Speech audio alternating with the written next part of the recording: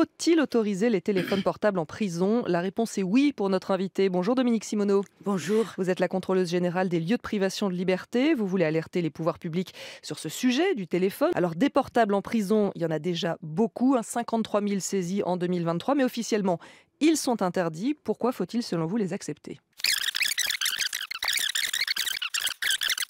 Ils disent même nos saisies de portables sont prudentes et parcimonieuses, comme Donc, celles de la drogue. Volontairement, ils Oui. ne récupèrent pas tous les téléphones portables. Pourquoi? Pour acheter la paix sociale un peu? Pour pas que ça explose dans les prisons? Bien sûr, c'est comme le cannabis. Si les détenus fumaient pas, je ne sais pas comment ça se passerait. C'est cela, oui. Mais il y a des téléphones fixes en cellule. Alors, il y a Ça des suffit pas téléphones fixes, ce qui est un immense progrès. C'est compliqué de parler devant tout le monde. Imaginez, vous parlez à votre épouse, vous parlez à vos enfants, vous parlez à votre avocat de votre affaire. Tout le monde entend. Avec un portable aussi. Il y a le même Moi, nombre. j'étais petite, je mettais une sorte de cabane sur ma tête dans mon lit, je mettais ma tête par-dessous, je n'avais pas de couverture, mais je lisais sous les draps. Voilà. C'est plus intime.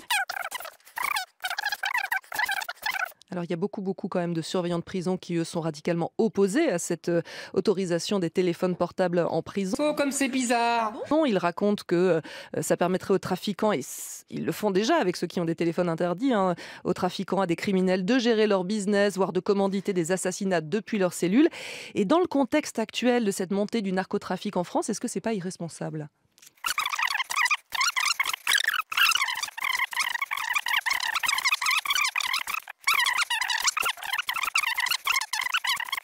Alors généralement, vos avis, vos rapports ne sont pas pris en compte par les gouvernements. Est-ce que vous pensez que cette fois, ce sera retenu par Gérald Darmanin, lui qui ne veut plus aucune activité ludique en prison? Alors ça, ça c'est un reproche que je vais lui faire. Je trouve qu'il a eu tort de s'exprimer là-dessus de cette façon. Les activités ludiques où ça s'arrête. Là, il y a eu un Il dit qu'il veut plus que du soutien scolaire à partir de lundi. Oui, écoutez, il y a eu un micmac, soi-disant des massages aux détenus. C'était absolument pas ça. C'était une école d'esthéticiennes qui apprenait aux gars à prendre soin de leur visage. Et les Mais cours enfin, de dans danse, une et les prison, cours de danse country? Et les cours de danse country? Qu'est-ce que ça peut nous faire? Est-ce que la loi veut que la vie dedans soit la plus proche de dehors? Est-ce que vous croyez qu'une demi-heure par jour de distraction, ça va ruiner une réinsertion qui de toute façon est mise à mal? La prison où on lieu ces faux massages, elle est surpeuplée à 218%. Ils sont 3 par cellule. Les cafards dévorent justement les fils du téléphone. Je pense que le vrai scandale, il est dans la surpopulation et non pas dans des activités plus ou moins ludiques. Merci Dominique Simoneau, contrôleuse générale des lieux de privation de liberté. Je suis sûre que Gérald Darmanin vous a écouté.